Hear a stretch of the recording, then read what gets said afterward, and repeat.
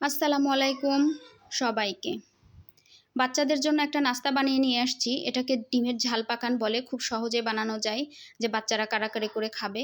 এর জন্য আমি প্রথমে 250 গ্রাম চালের গুঁড়া নিয়ে নিব। এর মধ্যে সামান্য একটু হলুদ, মরিচের গুঁড়া ও স্বাদমতো চিনি ও লবণ দিয়ে মেখে নিতে হবে, আর কিচ্ছু না। এটাকে ভালো করে মিক্সড করে প্রথমে একটা ডো তৈরি করে নিতে হবে, টাইট ডো। তারপরে ডোটা তৈরি করা হয়ে গেলে 2টা ডিম দিয়ে এটাকে ভালো করে মাখতে মাখতে সুন্দর একটা ব্যাটারে পরিণত হবে। ব্যাটারের ভিতরে কোনো লাম্পস থাকা যাবে না। তো ব্যাটারটা আসলে যত ভালো হবে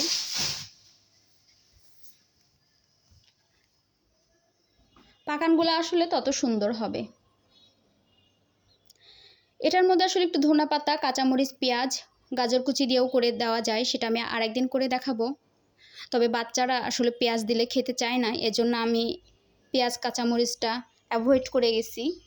এই যে প্রথমটা দিছি, একদম ফুলকো ফুলকো হয়ে ফুলে উঠছে, গাল ফুলাই দিছে খুব সুন্দর করে। তো যখন এক পাশটা ভাজা হয়ে যাবে তখন আমি এটাকে উল্টাই দিব। এটাকে রাখা যাচ্ছে না, এমন ফোলা ফুলছে যে কাত হয়ে যাচ্ছে এদিক ওদিক দিয়ে,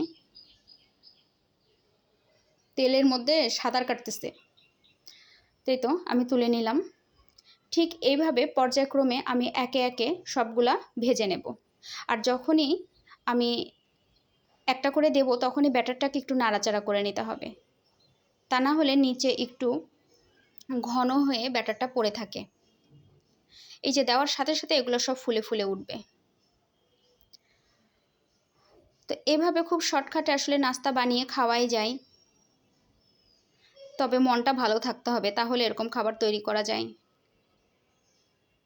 আবার হাতের কাছে সব জিনিসও থাকতে হবে।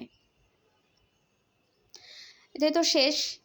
আর একটা ছিল, আমি সেটা ভেজে তুলে নিয়ে আসলাম। এই যে আমার ভাজা শেষ হয়ে গেছে। আপনারাও এভাবে তৈরি করে খেতে পারেন।